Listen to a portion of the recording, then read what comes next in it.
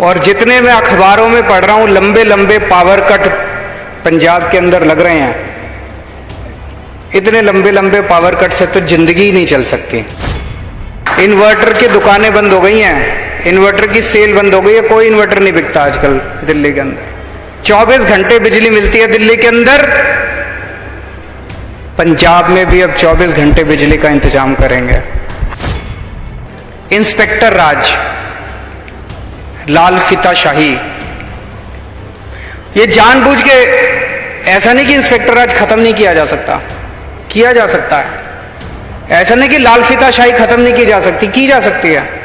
क्यों नहीं करते? पैसा ऊपर तक पहुंचता है।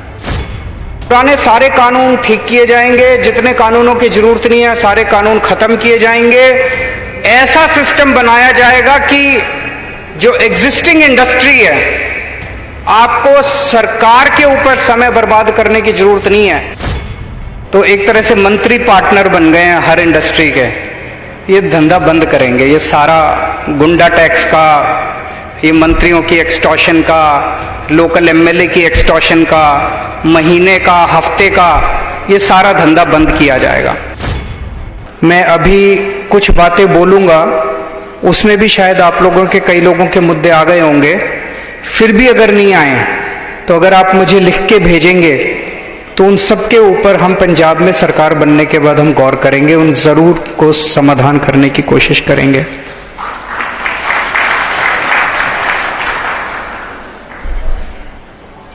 सबसे पहले मैं उन सब का शुक्रिया अदा करता हूं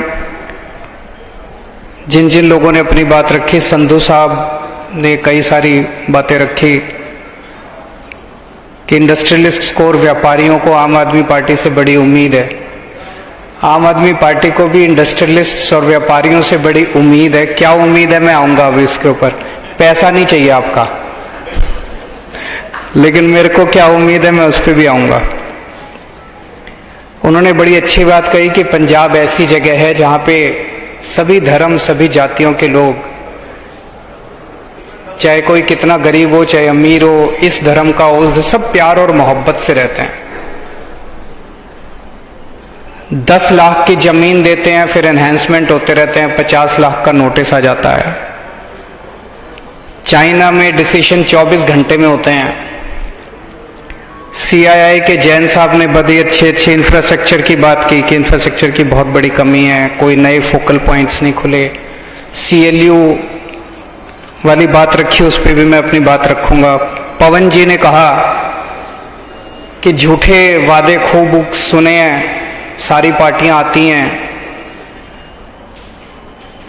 एक बार सरकार बन जाए तो अफसरों की, अफसरशाही की ज्यादा चलती है। जैसे अभी अमन अरोड़ा जी ने एग्जाम्पल दिया कि अफसर ने कहा जी हमने अपने मंत्री का ही काम नहीं होने दिया, आपकी तो औकात ही क्या है। मुकेश जी ने स्पोर्ट्स इंडस्ट्री की बात रखी, वर्ल्ड क्लास स्टेडियम होना चाहिए, बिल्कुल होना चाहिए जी। दिल्ली में इस टाइम हमने बहुत सारे स्टेडियम बनाए हैं, पंजाब में भी खूब स्टेडियम बनाएंगे। एग्जीबिशन सेंटर्स स्पोर्ट्स के लिए होने चाहिए, केवल स्पोर्ट्स के लिए नहीं, सबके लिए होने चाहिए, कई सारे प्रोडक्ट्स के लिए होने चाहिए।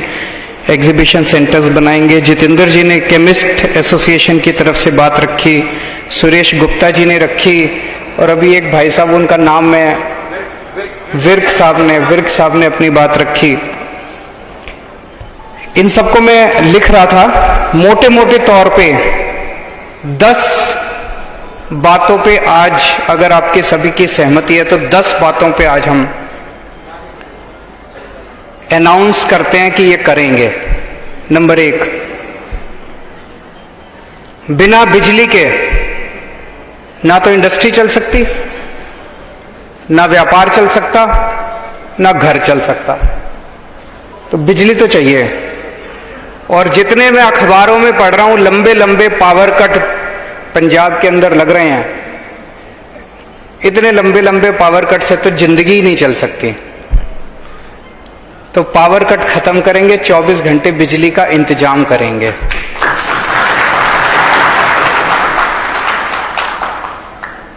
और ये मैं कह रहा हूं अपने तजुर्बे से। जब दिल्ली में हमारी सरकार बनी थी फरवरी 2015 में,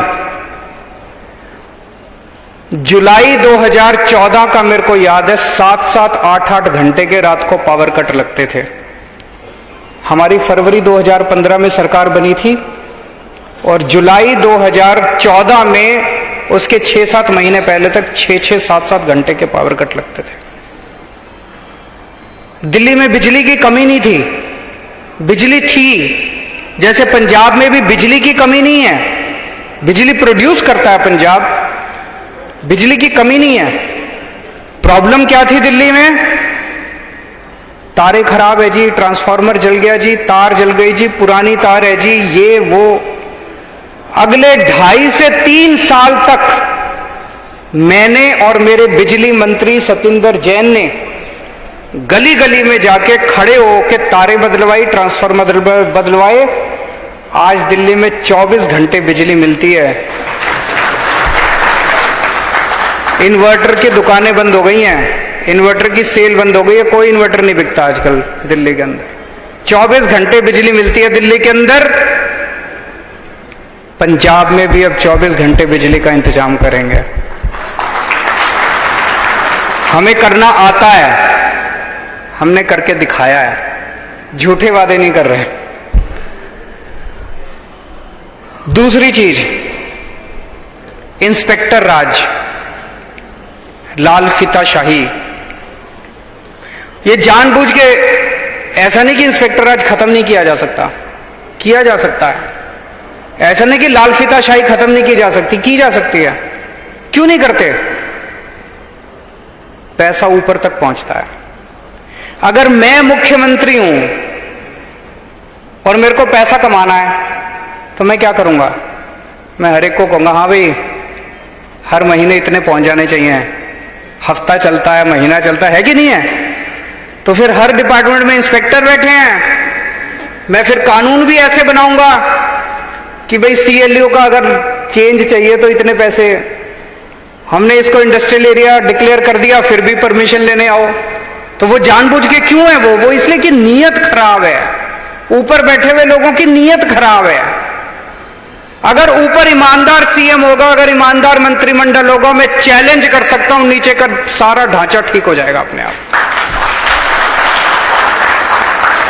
ऐसा नहीं है, हो नहीं सकता। दिल्ली में करके दिखाया हम लोगों ने, दिल्ली के अंदर हमने करके दिखाया है। अब इस तरह की जितनी परमिशन होती थी सारी ऑनलाइन कर दी। अब आपको दफ्तर भी आने की जरूरत नहीं है किसी।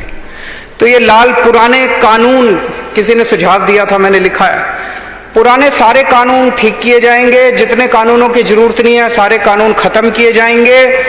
ऐसा सिस्टम बनाया जाएगा कि जो एग्जिस्टिंग इंडस्ट्री है, आपको सरकार के ऊपर समय बर्बाद करने की जरूरत नहीं है। आप अपने धंधे में समय बिताओ, आप फलो फूलो, आगे बढ़ो, ये हमारा मकसद है। आप खूब तरक्की करो, खूब फलो फूलो, खूब कमाओ और उसमें से सरकार को और समाज को पैसा दो, ये हम चाहते हैं। तो ये लाल फीताशाही बंद की जाएगी, इंस्पेक्टर राज बंद किया जाएगा। आपको मैं दिल्ली के 1-2 उदाहरण देता हूं। दिल्ली का ही अभी तो दे सकता हूं, थोड़े दिन के बाद शायद पंजाब के भी उदाहरण हम देंगे, चारों तरफ घूम घूम।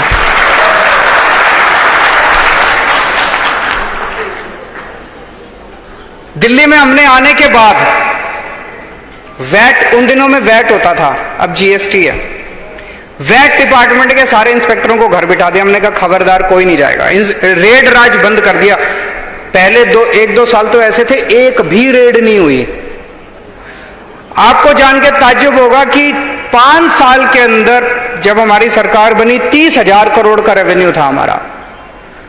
रेड बंद कर दी, वैट के रेट 12% से 5% कर दिए, आधे से भी कम कर दिए, 12% से 5% कर दिए, और हमारा रेवेन्यू 30,000 करोड़ से बढ़ के 60,000 करोड़ हो गया। चमत्कार है। कैसे हुआ?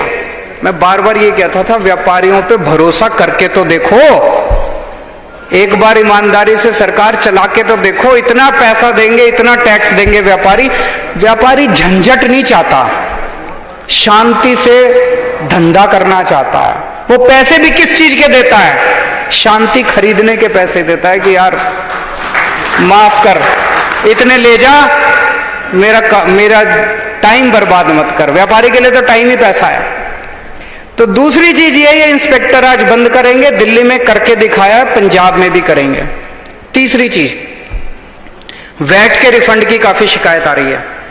मैं लुधियाना गया था, लुधियाना में भी कई व्यापारी, मीटिंग बहुत अच्छी रही, जैसे आप लोगों के साथ मीटिंग हो रही है, वहां भी मीटिंग बहुत अच्छी रही। मीटिंग के बाद मेरे से कई लोग आके मिले, दिल्ली आके मिले।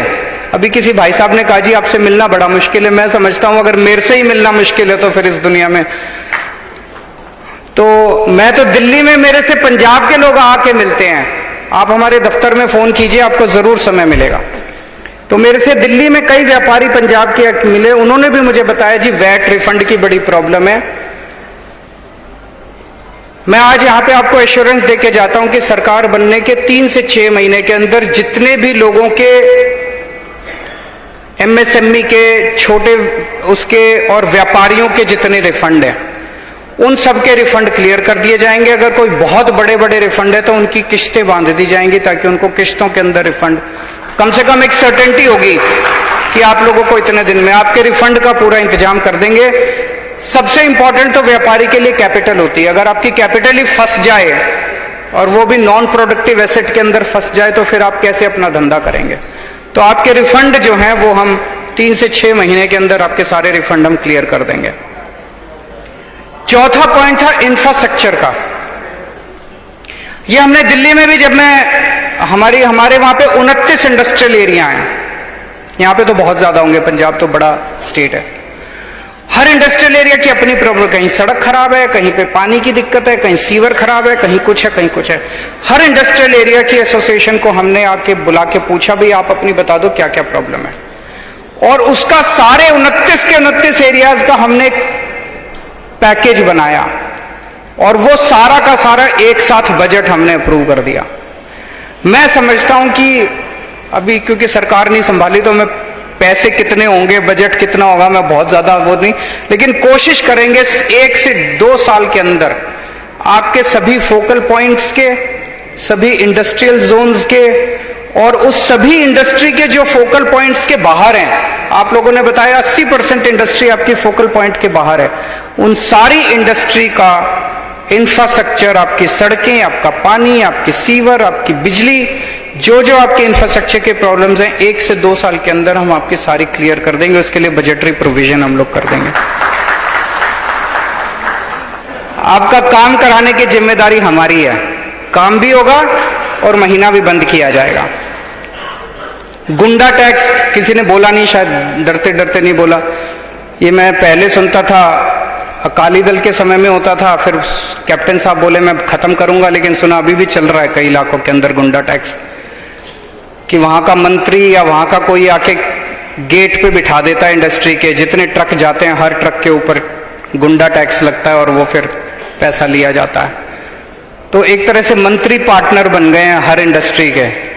ये धंधा बंद करेंगे, ये सारा गुंडा टैक्स का, ये मंत्रियों की एक्सटॉर्शन का, लोकल एमएलए की एक्सटॉर्शन का, महीने का, हफ्ते का, ये सारा धंधा बंद किया जाएगा।